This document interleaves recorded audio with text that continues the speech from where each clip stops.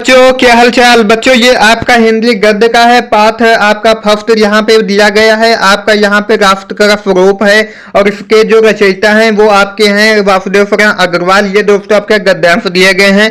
गद्यांश को दोस्तों कैसे सॉल्व किया जाता है आज की वीडियो में हम समझेंगे। ये दोस्तों आपका पहला गद्यांश दिया गया है। ये दोस्तों इसमें हम 5 आपके मोस्ट इंपॉर्टेंट वाले गद्यांश बताने वाले हैं जो आपके राष्ट्र के स्वरूप से पूछे जाते हैं। तो दोस्तों इसमें आपका पहला गद्यांश दिया गया है कि भूमि का निर्माण देवों ने किया है, वह अनंत काल से है। उसके भौतिक रूप, सौंदर्य और समृद्धि के प्रति सचेत होना हमारा आवश्यक कर्तव्य है। भूमि के पार्थिव स्वरूप के प्रति हम जितने अधिक जागृत होंगे उतनी ही हमारी राष्ट्रीयता बढ़ती हो सकेगी। यह पृथ्वी सच्चे अर्थों में समस्त राष्ट्रीय विचारधाराओं की जननी है। जो राष्ट्रीयता पृथ्वी के साथ नहीं जुड़ी वह निर्मूल होती है। राष्ट्रीयता की जड़ें पृथ्वी में जितनी गहरी होंगी उतना ही राष्ट्रीय भावों का अंकुर पल्लवित होगा। इसलिए पृथ्वी के भौतिक स्वरूप की अधोपांत जानकारी प्राप्त करना, उसकी सुंदरता, उपयोगिता और महिमा को पहचानना आवश्यक धर्म है। ये दोस्तों आपका यहाँ पे दिया गया है गद्यांश। इसके दोस्तों यहाँ पे आपके क्वेश्चन दिए जाते हैं। ये दोस्तों आपका 10 नंबर का गद्यांश पूछा जाता है, तो आप कैसे सॉल्व करेंगे। इसमें दोस्तों आपको सब पहले आपको गद्यांश पढ़ना होता है, फिर दोस्तों यहाँ पे आपके प्रश्न दिए रहते हैं। पहला आपका प्रश्न दिया गया है उपयुक्त गद्यांश के शीर्षक एवं लेखक का नाम लिखिए। दूसरा आपका प्रश्न दिया गया है कि राष्ट्र भूमि के प्रति हमारा आवश्यक कर्तव्य क्या है। और तीसरा आपका है किस प्रकार की राष्ट्रीयता को लेखक ने निर्मूल कहा है। और चौथा आपका है यह पृथ्वी सच्चे अर्थों में क्या है। पांचवा आपका है रेखांकित अंश की व्याख्या कीजिए। छठा आपका है भूमि का निर्माण किसने किया और कब से है। आपका सातवां है भूमि के पार्थिव स्वरूप के प्रति जागरूक रहने का परिणाम क्या होगा। ये दोस्तों आपके यहाँ पे 7 क्वेश्चन दिए गए हैं। इसके आपके आंसर देख लेते हैं। यहाँ पे दोस्तों आपका पहला क्वेश्चन था, तो ये आपका पहला उत्तर है। पृष्ठों गद्यांश हमारी पाठ्य पुस्तक हिंदी गद्य भाग में संकलित राष्ट्र के स्वरूप नामक शीर्षक से लिया गया है, जिसके लेखक डॉक्टर वासुदेव शरण अग्रवाल जी है। ये दोस्तों आपका पूछा जाता है। पहले आपका संदर्भ, तो ये दोस्तों आपका संदर्भ हो जाता है। दूसरा दोस्तों आपका यहाँ पे पूछा गया था, तो दूसरा का आपका आंसर है राष्ट्र भूमि के प्रति हमारा आवश्यक कर्तव्य यह है कि हम अपनी इस भूमि के रूप, सुंदरता और समृद्धि के प्रति सचेत है और किसी भी दशा में इस भूमि के रूप एवं सौंदर्य आदि को विकृत न होने दे।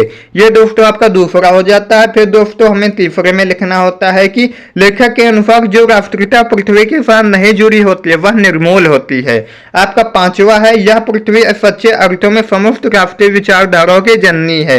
पांचवा दोस्तों हमें यहाँ पे आपका रेखांकित अंश की व्याख्या करनी होती है, तो हमने यहाँ पे स्वनिर्मित लिखा है। स्वनिर्मित दोस्तों ये आप खुद बना सकते हो। इसे आप कैसे बनाओगे आइए हम आपको समझा देते हैं।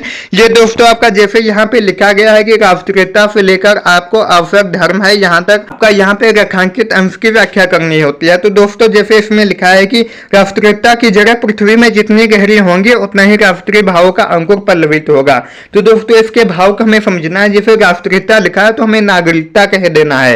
यहाँ पे हमें लिखना है राष्ट्रीयता की जगह, तो नागरिकता की जगह पृथ्वी के जितनी गहरी होंगी, यानी कि हमारी जो राष्ट्रीयता है वो पृथ्वी जितनी अधिक जुड़ी होंगी वो राष्ट्रीय भावों का अंकुर भी उतना ही प्रफुल्लित होगा।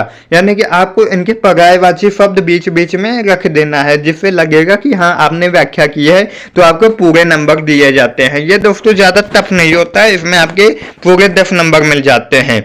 ये दोस्तों हो जाता है। उसके दोस्तों आपका अगला क्वेश्चन देख लेते हैं।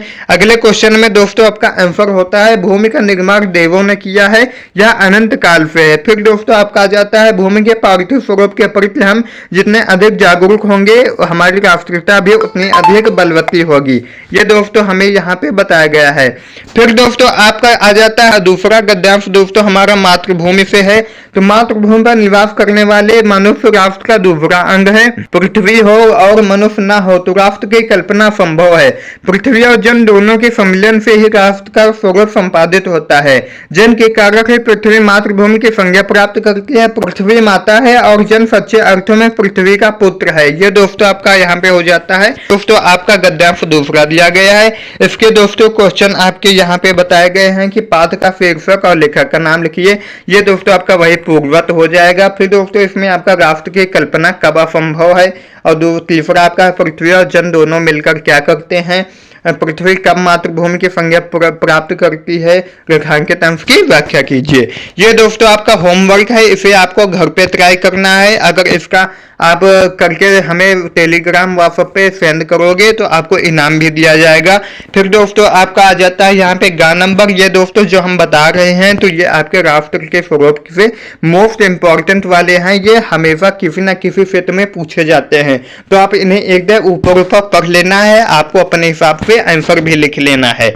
ये दोस्तों आपके मोस्ट इंपॉर्टेंट वाले हैं, हम क्वेश्चन आपको फटाफट बताए दे रहे हैं। तीसरा दिया गया है कि जन का प्रभाव अनंत होता है, सहस्त्रों वर्षों से भूमि के साथ राष्ट्रीय जन ने तदान में प्राप्त किया है। जब तक सूर्य की रश्मियां नित्य प्रातःकाल भुवन को अमृत से भर देती हैं, तब तक राष्ट्रीय जन का जीवन भी अमर है। इतिहास के अनेक उतार चढ़ाव पार करने के बाद भी राष्ट्र निवासी जन नई उठती लहरों से आगे बढ़ने के लिए अजर अमर है।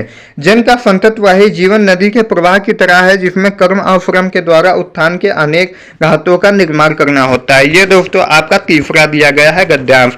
इसके दोस्तों आपके क्वेश्चन दिया गया है। पहला क्वेश्चन आपका है जन का प्रवाह किस तरह होता है।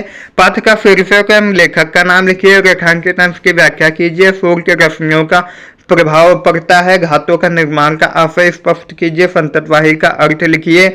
आपका यहाँ पे राष्ट्रीय जन का जीवन कब तक अमर है, ये दोस्तों आप पैराग्राफ पढ़कर अपने हिसाब से आंसर दे सकते हो। जन जीवन के प्रवाह को नदी की तरह क्यों कहा गया है, तदाद में और अजर का शब्दार्थ क्या है, ये दोस्तों आपका है। फिर दोस्तों आपका चौथा इंपॉर्टेंट हो जाता है, ये दोस्तों आपका मोस्ट इंपॉर्टेंट वाला है। ये आपका क्या कहता है, धरती माता की कोख में जो अमूल्य नदियां भरी हैं, जिनके कारण वसुंधरा कहलाती है, उससे कौन परिचित न होना चाहेगा। लाखों करोड़ों वर्षों से अनेक प्रकार के धातुओं को पृथ्वी के गर्भ में पोषण मिला है।